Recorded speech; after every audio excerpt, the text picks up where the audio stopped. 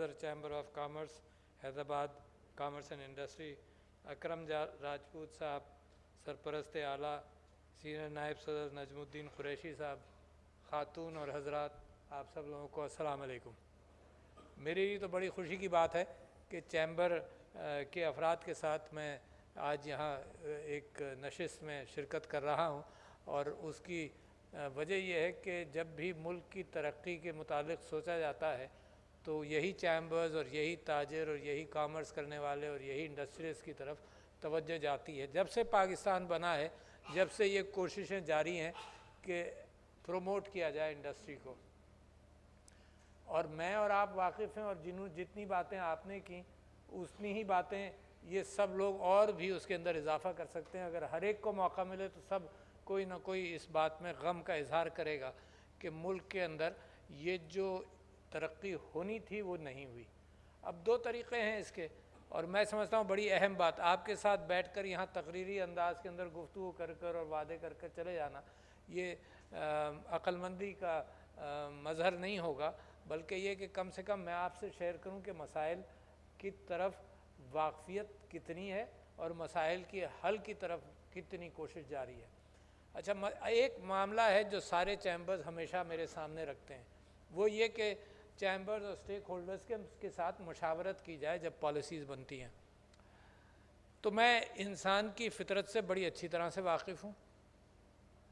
ہم اپنی ذات میں سب افلاطون ہیں، ہر انسان یہ سمجھتا ہے کہ مجھے سب معلوم ہے، تو یہی بیوروکریسی کا بھی انداز ہے، ان کو آپ سے مشورہ کرنے کی ضرورت نہیں، لہٰذا جب پالیسی بنتی ہے وہ بیٹھتے ہیں اور اپنے ماضی سے کچھ دیکھتے ہیں اور پالیسی بنا دیتے ہیں، پھر آپ کے پاس لے کر آتے ہیں، جب بالکل فائنل ہو جاتی ہے تو پھر آپ کے پاس لے کر آتے ہیں، اور آپ جناب فائنانس منسٹر کے پیچھے اور کامرس منسٹر کے پیچھے پڑے رہتے ہیں کہ یہ ٹھیک کر دیجئے، یہ ٹھیک کر دیجئے۔ تو یہ ایٹیٹیوڈ ہے خراب۔ میں ہر سال کتابوں کا ایک مجموعہ، جتنی کتابیں پڑھتا ہوں اس میں سے ایک چوتھائی یا 10 کتابیں، اگر 40 پڑھیں تو 10 کتابوں کا میں ریفرنس دیتا ہوں۔ تو اس سال شاید میری کتابوں کے اندر ایک کتاب ہے تھنک اگین۔ اچھا، وہ میں اپنے لیے پڑھتا ہوں، کتابیں اس لیے نہیں پڑھتا ہوں کہ لوگوں کو نصیحت کروں، کیونکہ نصیحت جب کروں گا جب اپنے آپ کو دیکھ لوں میں۔ تو مجھے یہ بڑا تعجب ہوا کہ میری زندگی میں جو میں لوگوں سے کہتا ہوں ان کے اوپر اثر بڑی مشکل سے ہوتا ہے، جو جس سمت جا رہا ہے وہ سمت بدلنے کو تیار نہیں۔ اور یہ مجھے یوں بھی معلوم ہے کہ میں نے پچھلے 25-26 سال ایک سیاسی جماعت کے ساتھ، پاکستان تحریک انصاف کے ساتھ اور عمران خان صاحب کے ساتھ کام کیا، اور لوگوں کو دعوت دیتا رہا۔ یہ حیدرآباد وہ شہر ہے جہاں 30-30 40-40 لوگوں کا بھی جلسہ ہم نے کیا ہے۔ تو میں اتنا مشکل کام ہوتا ہے لوگوں کو متاثر کرنا، لوگوں کو کسی طرف لے جانا۔ ریزسٹنس میرے دماغ میں اور سب کے دماغ میں بہت ہے۔ تو جب میں نے تھنک اگین پڑھی تو میں اپنے لیے تلاش کر رہا تھا کہ کیوں یہ ریزسٹنس ہے۔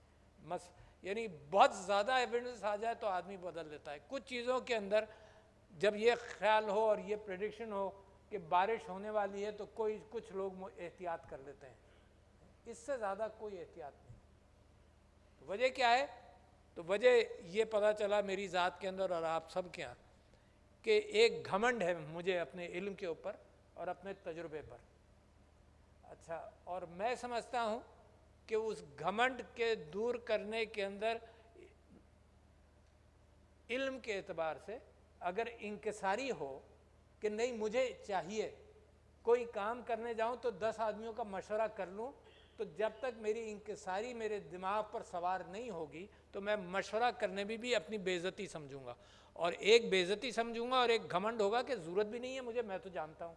اور آپ یقین جانیے کہ آپ لوگوں کو تجربہ ہے اس بات کا، میں آپ کو کیا نصیحت کروں گا کہ جب آپ مشورہ کرنے نکلتے ہیں تو آپ کے تعجب ہوگا کہ کبھی کبھی اگر آپ کو 10 چیزیں یاد تھیں تو 2-4 کوئی اور مشورے میں ڈال دیتا ہے۔ تو لہٰذا ایک تو وہ، دوسری بات یہ، جب تک آپ فیصلہ نہ کریں انکساری ہو، جب آپ فیصلہ کر لیں تو اس پر قائم رہیں، دونوں چیزیں۔ یعنی یہ نہیں کہ فیصلہ کرنے کے بعد کنفیوز رہیں، فیصلے سے پہلے confusion only to get information, اور فیصلے کے بعد آپ اٹل اور قائم رہیں۔ ایک بات ہوئی۔ دوسری بات یہ ہوئی کہ جہاں آپ لوگ پہنچے ہوئے ہیں یہ آپ کی 30 مار خانی نہیں ہے، یہ اللہ کا آپ کو عزت دی ہے اللہ نے۔ تو ایک انکساری وہ ہونی چاہیے کہ کہ میں جہاں پہنچا ہوں، میں تو آپ کے سامنے قبول رہا ہوں نا کہ میں جہاں پہنچا ہوں اس جگہ کے قابل میں نہیں ہوں، بڑے بڑے جائنٹس یہاں پر بیٹھے ہیں،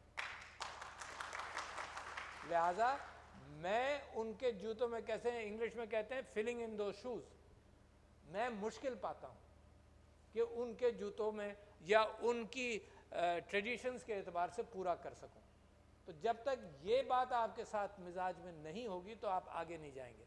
لہٰذا اتنی کوشش میں کرتا ہوں، اور چیمبرز کے ساتھ تو میری بڑی ملاقات رہتی ہے، تو میں آپ کے حوالے سے جو باتیں کروں گا وہ آپ کے سامنے یقیناً ابھی کروں گا. تو ایک تو چیز آپ نے یہ کہا کہ مشورہ کریں، اس کے اندر زبردستی، اس کے اندر کوشش ہماری جاری رہتی ہے کہ مشورہ پہلے کرو. And you will be surprise how many times policies بن جاتی ہیں اور پھر آتا ہے اور پھر جناب ایک کرائسس ہوتا ہے کہ اس کو آپ کیسے ہینڈل کریں. آپ نے بہت ساری چیزوں کا ذکر کیا حیدرآباد کے نگلیکٹ کے حوالے سے. آپ یہ بھی جانتے ہیں کہ جس شہر میں اور آپ جائیں گے اس شہر میں ایک نگلیکٹ کی ایک لمبی کہانی ہوگی، چاہے لاڑکانہ ہو، چاہے کراچی ہو، کہیں بھی جائیں، چاہے لاہور ہو، کہیں بھی جائیں، پشاور ہو، تو ہر جگہ کسی شہر، نوشیرہ چلے جائیں، ہر جگہ لوگ، بلوچستان چلے جائیں، ہر جگہ لوگ اس بات کا ذکر کرتے ہیں کہ جی ہمارے یہاں سے ٹیکس جاتا ہے اور ادھر جاتا ہے اور ادھر جاتا ہے. اس وقت معاشی حالت اتنی خراب ہے، اس کے اندر ایک چیز اور اپنے آپ ذہن میں ڈال لیجئے، اور وہ یہ ہے کہ کوئی میورک، کوئی تیسمار خان، کوئی بڑا میتھمیٹیشین ہم کو نہیں چاہیے. یہ 2 + 2 4، آپ لوگ اپنے کاروبار چلاتے ہیں، آپ جانتے ہیں فیزیبلٹیز اپنی دیکھتے ہیں، آپ جانتے ہیں کہ کہاں نقصان ہو رہا ہے، کہاں منافع ہو رہا ہے. آپ انویسٹمنٹ کرتے وقت اتنی محنت کرتے ہیں تبھی تو آپ چلا پاتے ہیں. آپ کو بہت بڑے ایکسپرٹس نہیں چاہیے، ایکسپرٹس ہوگا تو وہ خود اپنی انڈسٹری کھول لے گا. یو نیڈ اے کمٹمنٹ، جو آپ نے خود بات کی نا کہ ایک کمٹمنٹ ہو، قوم کا ایک کمٹمنٹ ہو. جب آپ کو ضرورت پڑ جائے، فساد، مشکلات کے اندر، سیلاب کے اندر، کسی چیز میں بھی ضرورت پڑ جائے تو آپ کہتے ہیں ہاں حکومت ہماری ہے، حکومت کی جیب میں پیسہ ہے. بڑی خوشی سے آپ جیب میں ہاتھ ڈالتے ہیں اور جب باہر نکالتے ہیں تو آپ کو خیال ہوتا ہے کہ یار یہ تو 10 روپے ہونے تھے، یہ 5 روپے کیسے رہ گئے. تو یہ بھی دیمک کی طرح آپ کی تجوری کے اندر سوراخ ہے. Recognise that. میری سمجھ میں نہیں آتا کہ ہر شخص یہ کہہ رہا ہے پاکستان میں کہ کرپشن ہے، مگر مجال ہے کسی کو آپ پکڑے بھی تو ذرا سا دیکھیں تو صحیح، سوچیں تو صحیح. یہ آپ کی ذمہ داری ہے. آپ نے کیوں یہ ذمہ داری سمجھ لی کہ صرف سیاستدان کی ذمہ داری؟ آپ ہی لوگ ووٹ دیتے ہیں، آپ ہی لوگ فنڈز پرووائڈ کرتے ہیں، آپ ہی لوگ سیاستدان الیکٹ کرتے ہیں، پھر آپ ہی لوگ اور ہم لوگ مل کر سب روتے بھی ہیں کہ بھئی جو ہم چاہ رہے ہیں وہ ان کی سمجھ میں نہیں آ رہا. تو یو ہیو دا کنٹرول. جمہوریت تو اسی کو کہتے ہیں نا. کوئی باہر سے تھوڑی آ کر اس کو کنٹرول کرے گا. آئی ایم ایف کے پاس تو بالکل ایسے ہی ہم گئے جیسے آپ لوگ اپنے کاروبار کے اندر بینک کے پاس جاتے ہیں تو بینک متعین کرتا ہے کہ جی آپ یہ کریں گے، واپس کیسے کریں گے. پھر بینک یہ کرتا ہے کہ چھوڑو، تم نے واپس کیا کرنا ہے، کاروبار کیا کرنا ہے، تم گروی رکھ دو اپنی جگہ پر، سیکیورٹی. یہ تو گروی رکھوا لیتا ہے. اسلامک بینکنگ ہوتی تو وہ یہ دیکھتی کہ بھئی آپ کا کاروبار کیسا ہے، کاروبار کے اندر کوئی شرکت کرتی ہے. تو وہی آئی ایم ایف کر رہا ہے آپ کے ساتھ. بھئی you have not been truthful to yourself. آپ اپنے ساتھ ایمانداری نہیں کر رہے تو جو باہر کا دینے والا آئے گا وہ تو کہے گا کہ I want my money back, ہے نا. اچھا، I M F is the lender of last resort. وہ جب لینڈ کرتا ہے جب آپ کی اتنی مشکل میں پڑے کہ کوئی کمرشل انسٹیٹیوشن آپ کے ساتھ نہیں کرے. البتہ آئی ایم ایف کے پاس آپ اس لیے جاتے ہیں کہ آئی ایم ایف وہ ڈسپلن امپوز کرنے کی کوشش کرتا ہے تاکہ آپ کے دوست لینڈرز بھی، آپ کے دوست ممالک بھی، دوسرے بینکس بھی آپ کو پھر قرض دینے کے قابل ہو جاتے ہیں کہ نہیں بھائی انہوں نے دیکھ لیا، انہوں نے کوئی کمٹمنٹس کیے ہیں، ان کمٹمنٹس کی بنیاد پر یہ پورا کریں گے. اچھا، دوسری بات یہ کہ اتنی ساری چیزوں کا آپ نے ذکر کیا کہ پالیسیز. اچھا، میں تو یہ سمجھتا ہوں کہ اب بہت سارے تھنک ٹینکس میں جاتا رہتا ہوں، سب لوگ کہتے ہیں کہ اچھی پالیسی بنائیں، اور میں یہ جانتا ہوں کہ پاکستان کے حل کے اعتبار سے اگر میں آپ لوگوں کو پرچہ دوں تو ہر ایک 10 ایشوز لکھ دے گا، جس میں سے 7-8 تو کامن ہوں گے پوری محفل کے اندر. تو یہ پالیسیز کا معاملہ ہے یا کرنے والوں کا معاملہ ہے؟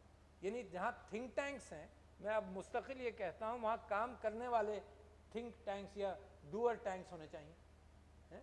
سب کو معلوم ہے حل کیا ہے، آپ کو سب کو نہیں معلوم کہ کیا حل ہے. کوئی کہے گا کہ جناب اپنے اخراجات کو صحیح کریں.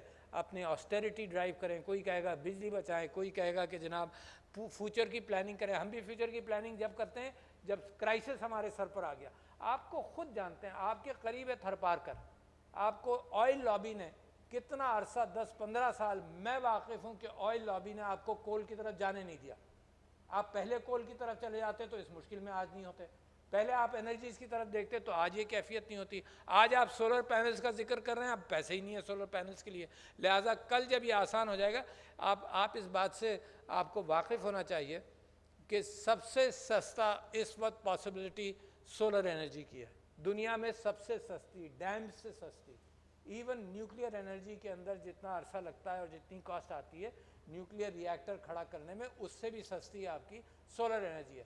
میرا خیال یہ ہے، ایگزیکٹ فگر مجھے یاد نہیں، کہ 7 منٹ کے اندر یا 7 سیکنڈ کے اندر سورج سے اتنی روشنی دنیا پر آتی ہے کہ انسان کی یہ جو انرجی کی ہماری خواہش ہے یہ پوری ہو سکتی ہے. اتنی انرجی وافر ہے. تو ہم تو ایبنڈنس کی دنیا کی طرف دنیا جا رہی ہے. کون کون سی ایبنڈنس؟ ایک سولر انرجی ایبنڈنس.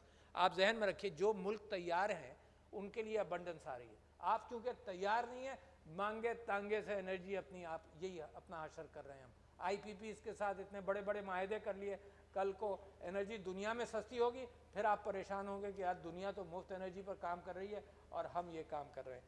تو ایبنڈنس کا زمانہ ہے. میں دوسری بات آپ سے کروں، ذرا سوچئے دنیا کدھر جا رہی ہے اور آپ کدھر جا رہے ہیں. کل پرسوں میں نے اخبار میں یہ پڑھا کہ ہندوستان $70 بلین کا ڈیفنس کا بجٹ ہے.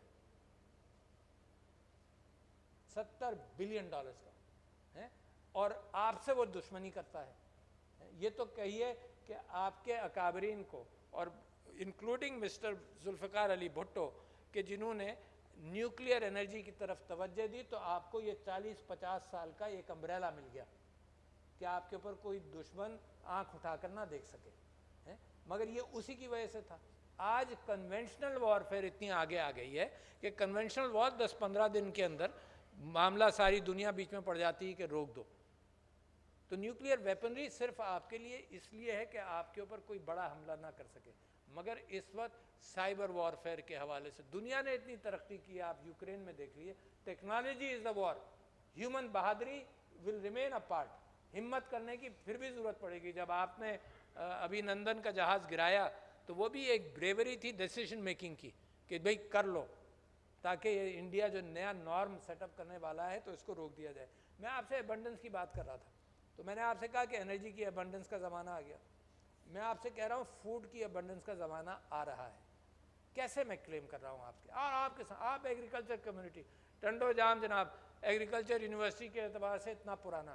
میں کس ایبنڈنس کی بات کر رہا ہوں؟ ہوا میں نہیں کر رہا. یہ پانی کے ساتھ بھی اس کا تعلق کم ہے. نیدرلینڈز پاکستان سے 16 گنا چھوٹا ملک اور آبادی میں تو بہت ہی چھوٹا، وہ دنیا کا 2nd biggest exporter of food ہے. فرق کیا ہے یار؟ ہم کیوں پیچھے ہیں؟ اتنا پیچھے ہیں. 2nd biggest exporter of food, اور کوئی آؤٹ اسٹینڈنگ ٹیکنالوجی نہیں ہے، کوئی کاپی رائٹڈ ٹیکنالوجی نہیں ہے. ورٹیکل فارمز، ہائیڈروپونک فارمز ہیں، اور پاکستان میں بھی موجود ہیں. جو یہاں پر ایگریکلچرز بیٹھے ہیں ان کو میں دعوت دیتا ہوں فیصل آباد جائیں، ان کو میں دعوت دیتا ہوں ایرڈ یونیورسٹی کے فارمز جا کر دیکھیں. سال بھر پروڈکشن، سال بھر کے کراپس، وہ کراپس جو سال میں مختلف اوقات پر نہیں ملتے، clean crops, organic crops, Netherlands کر رہا ہے. اسرائیل کو پانی کی قلت تھی، اس نے واٹر کی ٹیکنالوجی ڈیولپ کی جو بہت بڑی سوفسٹیکیٹڈ ٹیکنالوجی وہ بھی نہیں ہے، وہ فوڈ ایبنڈنس میں ہے. نیدرلینڈز کا آپ سے ذکر کیا، پاکستان کا آپ سے ذکر کر رہا ہوں. پاکستان میں ایسے آئلینڈز ہیں جہاں لوگ بہترین کام کر رہے ہیں. اچھا، اس میں حکومت کا کیا ہاتھ ہے؟ دیکھیے، ایک تو یہ کہ میں حکومت کو بھی بلیم کرتا رہا ہوں. یقیناً حکومت وہ راستے بناتی ہے جس کے اوپر ہم چلتے ہیں، مگر آپ انڈسٹریز میں راستے خود تلاش کرتے ہیں. البتہ حکومت کے فیوچرسٹک ٹیکسز اور آج کے ٹیکسز سے آپ پلان کرتے ہیں. تو آپ کا اور میرا رونا یہ ہے کہ اگر یہی کلیئر رہیں، یہی کنٹینیوٹی ہو، اسی وجہ سے تو آپ چارٹر آف اکانومی کی بات کرتے ہیں کہ بھائی اس کے اندر تم اب زیادہ گڑبڑ نہیں کرنا، جو آج ہے اس کو آپ کنٹینیوٹی دیں، یہی آپ وعدہ کرتے ہیں. باقی تو ساری آپ اپنی پلاننگ کرتے ہیں. تو میں تو آپ کو ایبنڈنس کی بات کر رہا ہوں کہ دیر سو مینی ایریاز.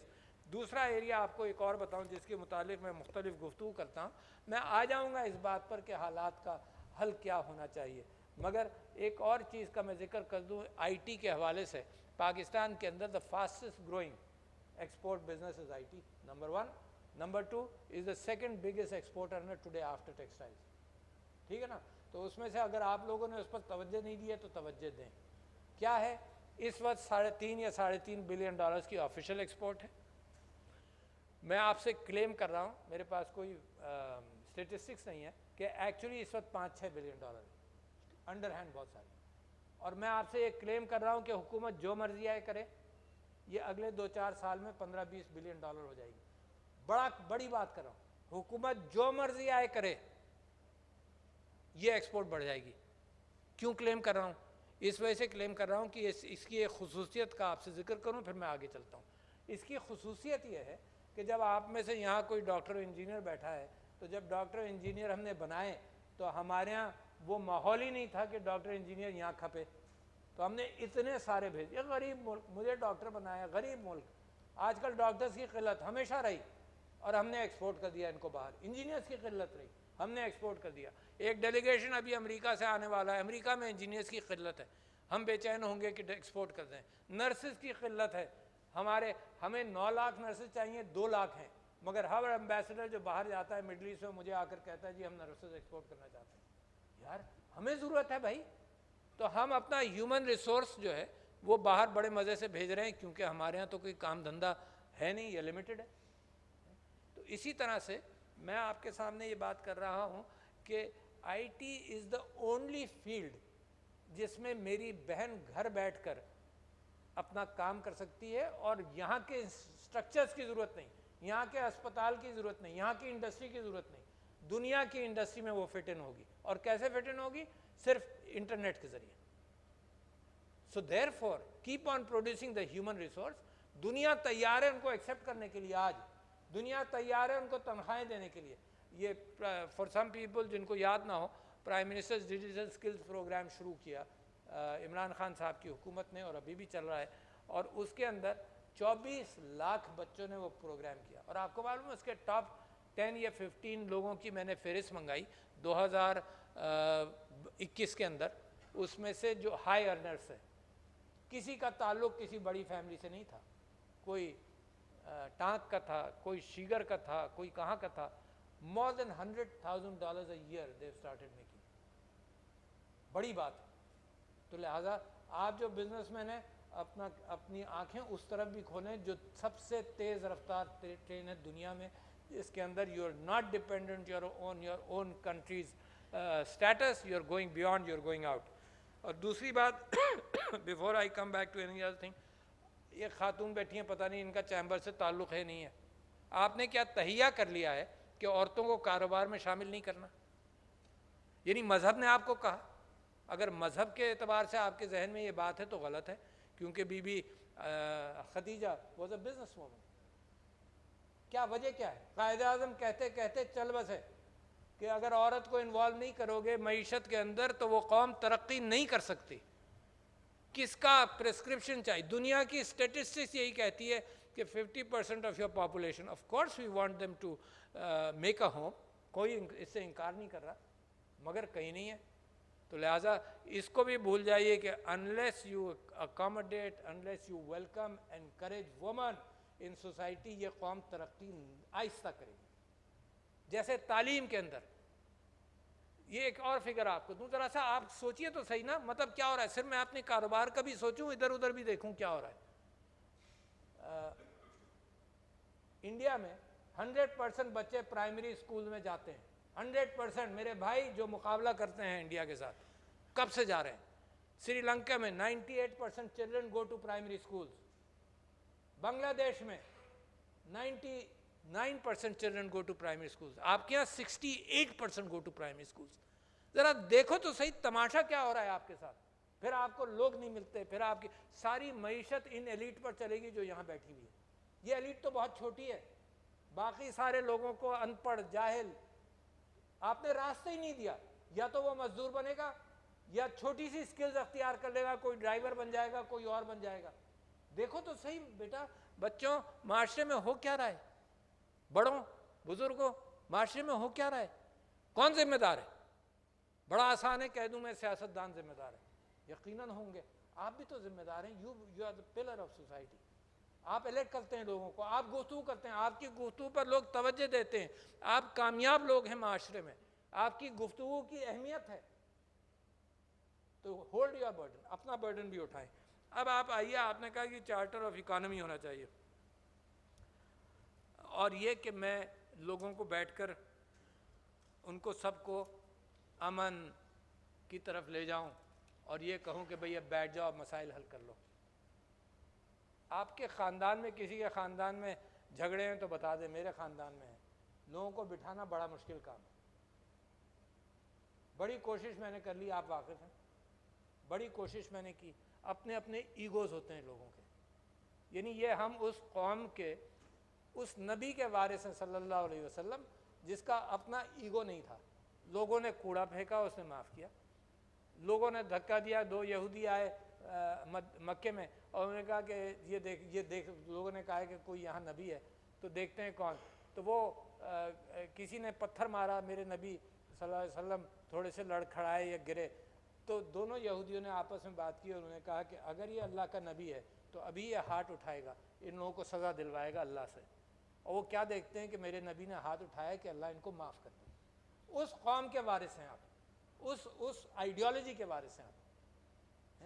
اور آپ کا ایگو اتنا بڑا ہے کہ کسی سے کوئی بات نہیں کرتا, بلکہ اگر کہیں راستے میں کوئی پکڑ لینا تو اس کو کہتے ہیں تم جانتے نہیں میں کون ہوں. پہلا جواب یہ ہوتا ہے, اس نبی کی امت میں سے لوگ کہتے ہیں کہ تم جانتے نہیں میں کون ہوں. لہٰذا جب میں بٹھانے کی کوشش کرتا ہوں تو یہ ڈائلاگ مجھے نہیں ملتا, مگر اس سے ملتے جلتے ہی ملتے ہیں. لوگ بیٹھنے کو تیار نہیں ہوتے جب منافرتیں بڑھ جائیں.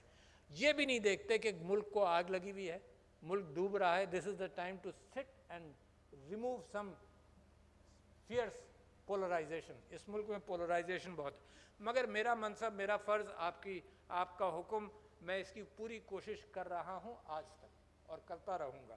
دوسری بات میں آپ سے یہ کہنا چاہتا ہوں کہ جہاں آپ چارٹر آف اکانومی کی بات کرتے ہیں نا, there is a charter of social promises, there is a charter of بھوک اینڈ غربت, there is a charter of مہنگائی.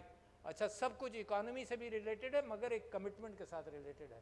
چائنا نے, اور اس کمٹمنٹ کی آپ سے آگاہی کروں, چائنا نے فورن اکانومی پر توجہ کم دی. جب وہ کمیونزم سے نکلا تو چائنا نے صحت اور تعلیم پر توجہ دی, اور 10 سال کے اندر قوم بدل گئی. کیوں؟ جو 5ویں میں ہے وہ کاروبار میں شامل ہو گیا. 10 سال میں قوم بدل گئی. صحت کا خیال کر لیا, now they have a human resource. اس وقت ہیومن ریسورس کی دنیا میں اتنی بھوک ہے آپ کو بتا نہیں سکتا. ہر طرف سے یہ ڈیمانڈ ہے کہ بھئی پاکستان از دا 5th largest country of the world, ہمیں دماغ چاہیے. ہم دماغ پروڈیوس نہیں کر رہے. ہمارا یعنی another فگر, یہ آئی ٹی کے اندر ہم 26-27 ہزار لوگ پروڈیوس کرتے ہیں سال میں, جس سے آپ مقابلہ کر رہے ہیں انڈیا کتنے کرتا ہے, 9 لاکھ. ذرا ہوش میں آئے. سندھ کے اندر اگر تعلیم کا حال خراب ہے تو آپ اور میں ذمہ دار. پنجاب کے اندر اگر تعلیم کا حال خراب ہے تو پنجاب کے رہائشی ذمہ دار. تو لہٰذا ہیومن ریسورس, آج کل کی دنیا نیچرل ریسورسز پر نہیں ہے, ہیومن ریسورس پر ہے. اور اس وقت آپ دیکھ لیجئے کہ نیچرل ریسورسز نائجیریا میں بہت تیل, مگر کرپشن بھی بہت, لہٰذا وہاں ترقی نہیں ہو رہی. ملک تباہ ہو جاتے ہیں, جرمنی, جاپان, اور ہیومن ریسورس سے بن جاتے ہیں چند سالوں کے اندر. تو ہیومن ریسورس اس پر آپ توجہ دیں تو میں سمجھتا ہوں things can change very fast. اب آ جاتا ہوں میں اس بات پر آخر میں کہ آپ نے سیکرٹریز اور بیوروکریسی کی طرف ایک اور بات کا ذکر کیا, اور آپ نے یہ کہا کہ سیکرٹری ادھر سے ادھر جاتا ہے اور وہ وہی ہر چیز کا اسپیشلسٹ بن جاتا ہے, لہٰذا آپ اس سے بات ہی کرتے رہتے ہیں کہ بھئی یہ کرو, جب تک آپ کی کوئی بات سمجھتا ہے وہ ٹرانسفر ہو کر دوسری جگہ جا چکا ہوتا ہے.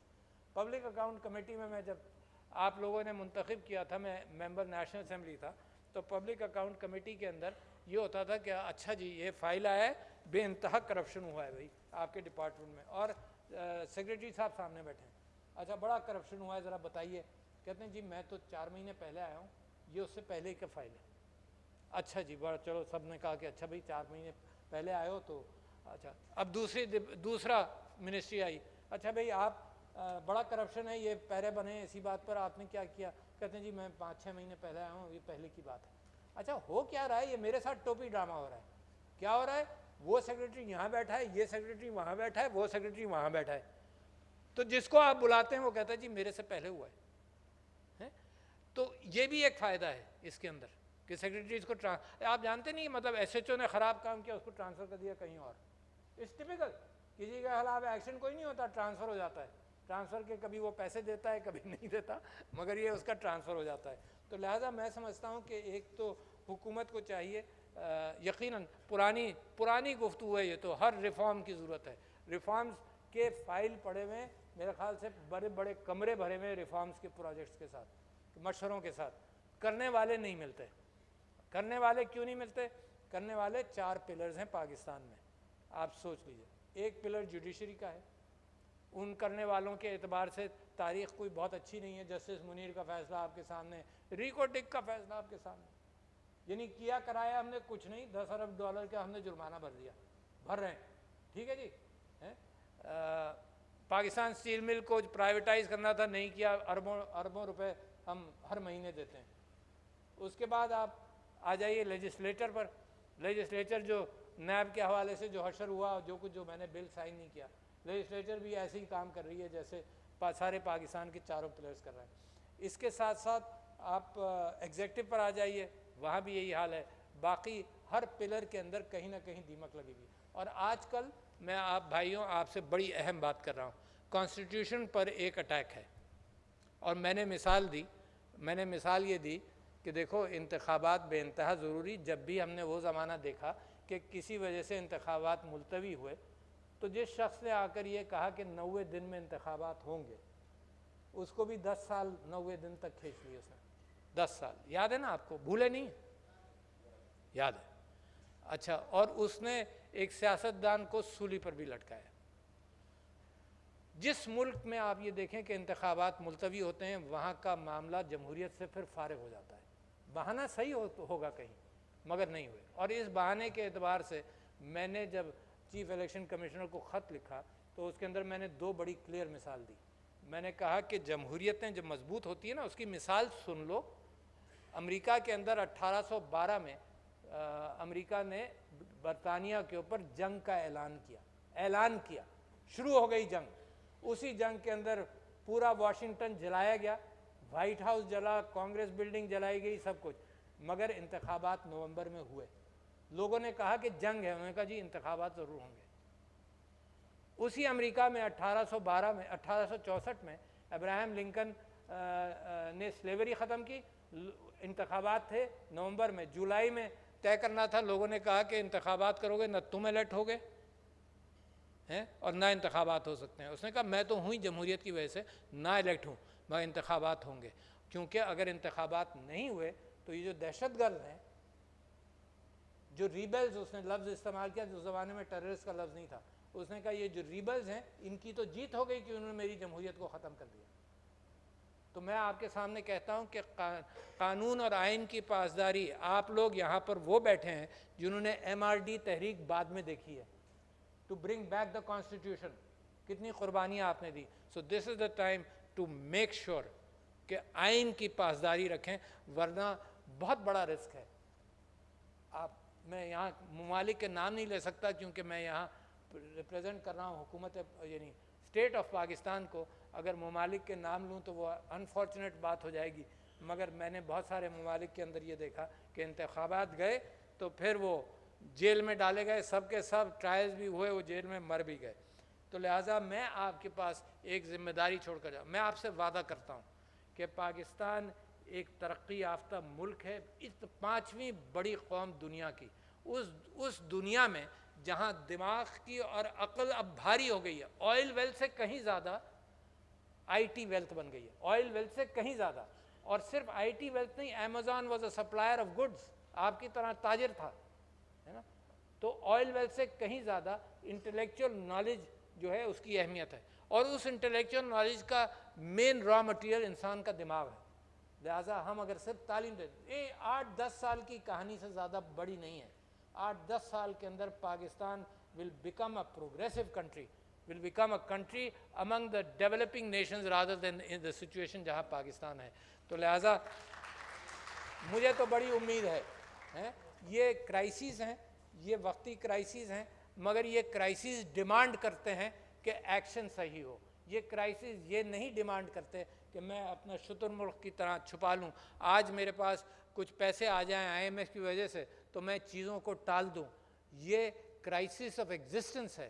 Major decisions have to be made. جس راستے پر ہم چل رہے ہیں اس راستے نے بتا دیا یہ راستہ صحیح نہیں ہے. ذہن میں رکھیے گا انٹلیکچوئل کرپشن. قائد اعظم کی تقریر کبھی کی بھی اٹھا کر دیکھ لینا, you will be satisfied. Quaid Azam نے 1945 میں کہا کہ مسلمانوں کے اندر یہ کرپشن کا ایلیمنٹ بڑھ گیا ہے. کرپشن 3-4 چیزوں کے بتائے انہوں نے. 11 اگست کی تقریر میں بھی کہا انہوں نے, نیپوٹزم, جابری, یہ صرف نوکریوں کی, جو اگر ملک بن جائے صرف نوکریوں کا وہاں معاملہ ہوتا ہے, اپنے اقربا پروری سے معاملہ خراب ہوتا ہے, میرٹ کو نہ کرنے سے معاملہ خراب ہوتا ہے, اور کرپشن کا معاملہ خراب ہوتا ہے. جو مرضی آئے ٹیلی ویژن کہے کہ چھوٹا بے ایمان اور بڑا بے ایمان سب بے ایمان ہیں. ہم تو ہیں ہی انسان بھائی, کون فرشتہ ہونے کا دعویٰ کرتا ہے یہاں پر؟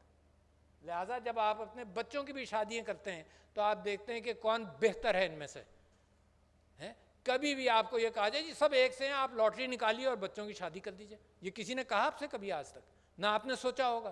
یہ کیا بات ہوئی کہ جناب سیاست میں سب ایک ہیں, کسی نے چھوٹی غلطی کی ہے, کسی نے بڑی غلطی کی ہے, سب ایک ہی ہیں جی, اور آپ بھی ڈپریس ہوں. تو ذرا سا ٹیلی ویژن دیکھتے وقت لاہور پڑھ کر بھی دیکھیں تو کچھ چیزیں شاید کلیئر ہو جائیں آپ کے ذہن کے اندر. اور اچھا, میڈیا اپنا مثبت رول بھی پلے کرتا ہے اور پلے کرے, تو میں سمجھتا ہوں کہ میرا راستہ اور آپ کا راستہ مثبت انداز سے جائے گا. میں نے آپ کی ساری مشکلات سن لی, میرے پاس مسلسل ڈیلیگیشنز آتے رہتے ہیں اور میں یہ کمیونیکیٹ کرتا رہتا ہوں مختلف انداز سے. مگر اس وقت جب آگ لگی ہوئی ہو تو میں دیکھتا ہوں ادھر کہاں فائر ایکسٹنگوشر پڑا ہوا ہے, تو وہ پرائرٹی میری گفتگو میں وہ پرائرٹی ضرور آ جائے گی. کیونکہ ملک کے اندر جس طرح سے آگ لگی ہوئی ہے, مہنگائی کی, غربت کی, مفلسی کی, یعنی آپ تصور کرنا, اگر آپ کو تصور کرنا ہے نا, آنکھوں میں آنسو لانے ہیں, تو یہ سوچ لیجئے, آپ اپنے بچوں کا تصور کیجئے اور یہ سوچئے کہ یہ بھوکے اور رات کو آپ ان کی بھوک پوری نہیں کر سکتے. That is the best thing to imagine where your country is.